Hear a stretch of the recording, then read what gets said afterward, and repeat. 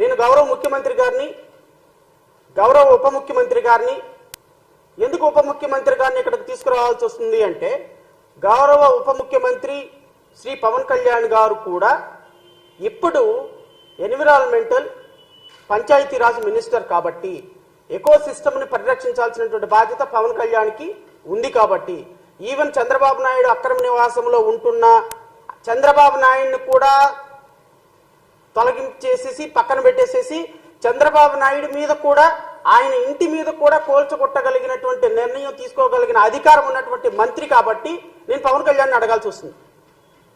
నేను గౌరవ ఉప ముఖ్యమంత్రి గారిని అడుగుతున్నా, మీరు మీ ముఖ్యమంత్రి గారు మీ హెడ్ ఆఫ్ ది ఇన్స్టిట్యూషన్ ఉంటున్న అక్రమ కట్టడాన్ని ఎప్పుడు కోల్చబోతున్నారు? సినిమాల్లో డైలాగులు చెప్పి గబ్బర్ సింగ్ డైలాగులు రాష్ట్రంలో కుదరవు కదా సార్. ఎందుకంటే ఇది ఒక పరిపాలన. మీకంటే అక్కడ ఒక డైరెక్టర్ ఉంటాడు, ఒక సినిమా ఆర్టిస్ట్ ఉంటాడు, డైలాగులు చెప్పేవాళ్ళు ఉంటారు, కో డైరెక్టర్లు ఉంటారు. సార్ ఈ డైలాగును ఒకటికి 10 సార్లు చెప్పేసేయండి సార్, ఒకటికి 10 సార్లు చెప్పేస్తే ఈ డైలాగు ఇది కట్ అంటే షార్ట్ అంటే ఓకే అంటే అయిపోతుంది సార్, ప్యాకప్ అయిపోవచ్చు సార్ అంటే. కానీ ఇది కాదు కదా. మనమేమో సినిమాల్లో చెప్పే డైలాగులేమో పబ్లిక్ లో ప్రచారంలో చెప్పాము, పబ్లిక్ లో చెప్పే ప్రచారాలేమో ప్రజల దగ్గరకు వచ్చేసరికి నోరు మెదపటంలా. ఎందుకంటే ఇక్కడ స్క్రిప్ట్ రైటర్లు ఎవరు ఉండరు. మీరంటే మొన్నటిదాకా ఎలక్షన్ ప్రచారంలో అంటే సాయంత్రం దాకా బట్టి పట్టేసేసి 4 డైలాగులు వచ్చేసేసి ఇష్టం వచ్చినట్టు మాట్లాడేసేయచ్చు. బట్ ఇక్కడ అది కాదు కదా. ఒకసారి ప్రెస్ మీట్ లో కూర్చున్న తర్వాత పక్కన మినిస్టర్లు లేకపోతే ప్రిన్సిపల్ సెక్రటరీలు కూర్చున్న తర్వాత మనకి ఫోన్ ఫ్రెండ్ ఉండడు, మనకి స్క్రిప్ట్ ఉండదు, మనకు ఓన్ గా మాట్లాడాల్సిన పరిస్థితి. సో ఓన్ గా రియాక్ట్ అవ్వాల్సిన పరిస్థితి వచ్చింది, ఓన్ గా యాక్ట్ చేయాల్సిన పరిస్థితి వస్తుంది, రియాలిటీగా ప్రయత్నం చేయాల్సిన పరిస్థితి వస్తుంది. ఎందుకంటే సినిమాల్లో నువ్వు ఇలా కొట్టగానే పడిపోయినట్టు యాక్షన్ చేస్తాడు. ఇక్కడ అలా కాదు కదా. యాక్షన్ చూపించాలి, నువ్వే కొట్టాలి, నువ్వే నిర్ణయం తీసుకోవాలి, నువ్వే పాట పాడాలి, నువ్వే డైలాగ్ చెప్పాలి, నువ్వే సాంగ్ పాడాలి తప్ప ఫోన్ ఫ్రెండ్ రాడు కదా ఇక్కడ.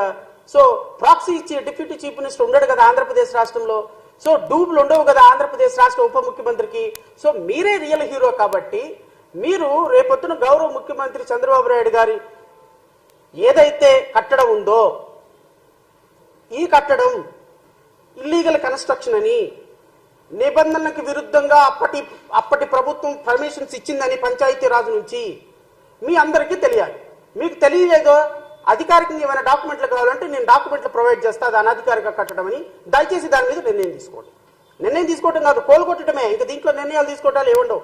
ఎందుకు అంటే ఈ కట్టడాలు అనైతికమైనటువంటి కట్టడాలు అని గత ప్రభుత్వంలో మినిస్టర్గా పనిచేసినటువంటి దేవినేని ఉమా గారు చెప్పినటువంటి వీడియో నేను ఇప్పుడు ప్రెస్కి రిలీజ్ చేయబోతున్నాను. ఇది ఆల్రెడీ పాత వీడియోనే, పెద్దగా అందరికీ చూడాల్సిన అవసరమో చెప్పాల్సిన అవసరమే లేదు. కానీ ఇప్పుడు రిలీజ్ చేయడానికి కారణం ఏంటి అంటే, అధికారికంగా మీ ప్రభుత్వంలో ఒక ఇరిగేషన్ మినిస్టరే ఇది అనాధికారిక కట్టడము, ఈ కట్టడాన్ని కోల్చాలి అని చెప్పిన సందర్భంలో, వీళ్ళకి నోటీసులు ఇచ్చామని చెప్పిన సందర్భంలో, లింగమనేని గెస్ట్ హౌస్ కి నోటీసులు ఇచ్చామని చెప్పిన సందర్భంలో, ఈ నోటీసులు ఒక్కసారి ప్రభుత్వం ఇచ్చిన తర్వాత దాన్ని ఉపసంహరించుకునే అవకాశం లేదు.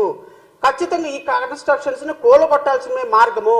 తెలంగాణలో ముఖ్యమంత్రి రేవంత్ రెడ్డి తీసుకున్నటువంటి నిర్ణయాన్ని, అక్కడ తీసుకున్నటువంటి ఎకో సిస్టమ్ను, చెరువులను, కుంటలను, కాలువలను రక్షించడానికి ఒక ముఖ్యమంత్రి తీసుకున్నటువంటి సాహసోపేతమైన నిర్ణయం, మీ శిష్యుడు తీసుకున్నటువంటి సాహసోపేతమైన నిర్ణయం గురువు గారిగా మీరు ఎందుకు తీసుకోలేకపోతున్నారు సార్? నాకు అర్థం కావటంలా. ముఖ్యమంత్రి చంద్రబాబు నాయుడు గారు మీ శిష్యుడు మీకంటే అద్భుతమైనటువంటి సాహసోపేతమైన నిర్ణయాన్ని తీసుకొని వరుస పెట్టి ఇంజనీరింగ్ కాలేజీలు, యూనివర్సిటీస్లు, కన్వెన్షన్ హాల్స్ ఇంకోటి కూలగొట్టుకుంటూ వెళ్తుంటే మీరు మాత్రం ఇంకా అనాధికారికంగా అక్రమ కట్టడంలో నివసించి ఆహా ఓహో నేను అద్భుతమైనటువంటి అమరావతిని సృష్టిస్తా లేదా అద్భుతమైనటువంటి పరిపాలన చేస్తానని చెప్పటం ఎంతవరకు సమంజసమని జేపీఎం భారత్ పార్టీ మిమ్మల్ని ప్రశ్నిస్తుంది.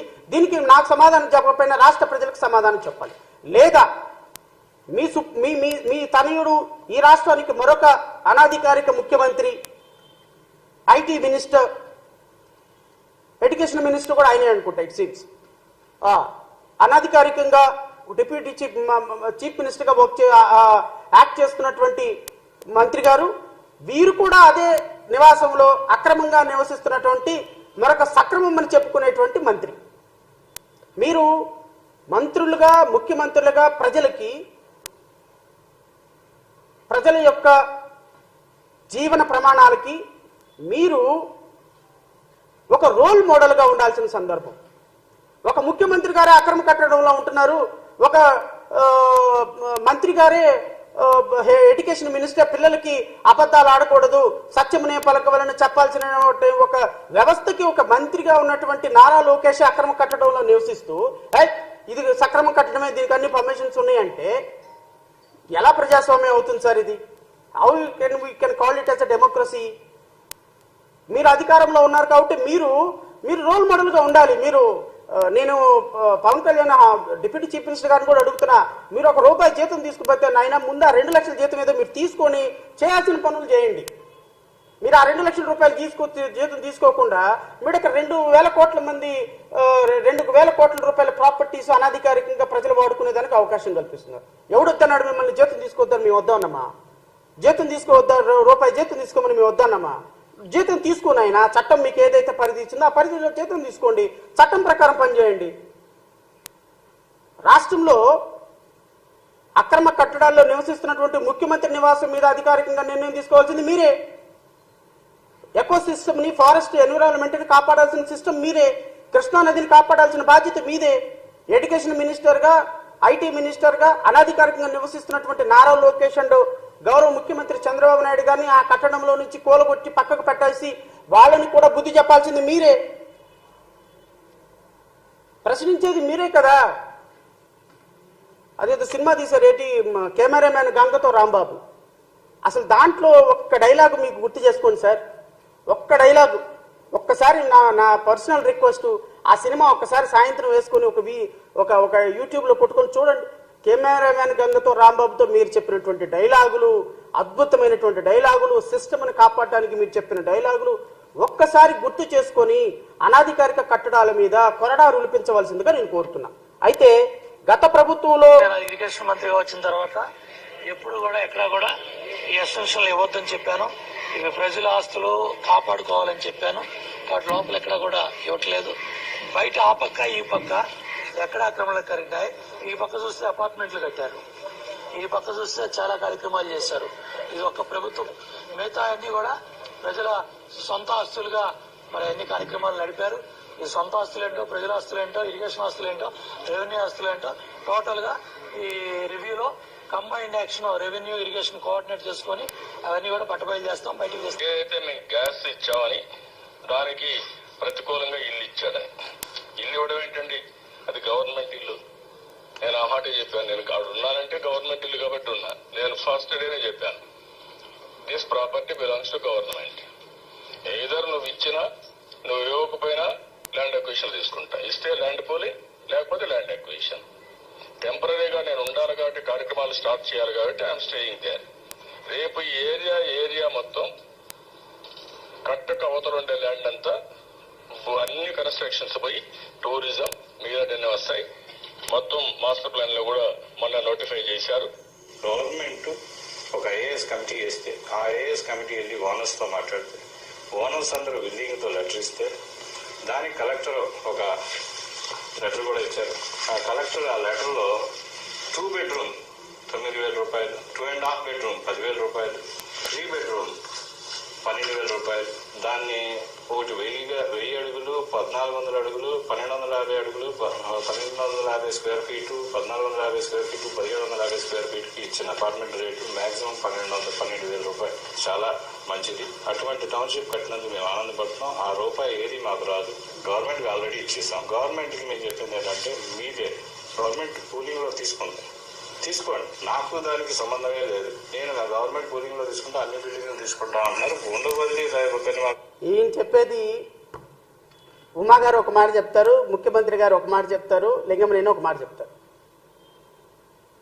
అది నేను ఇప్పటికీ రెంట్ కడుతున్నాను, దానికి నేను అధికారికంగా ఉంటున్నాను తప్ప దాంట్లో నేను ఏ విధంగా నాకు గవర్నమెంట్కి సంబంధం లేదు అని మొన్న చంద్రబాబు నాయుడు గారు మాట అన్నారు.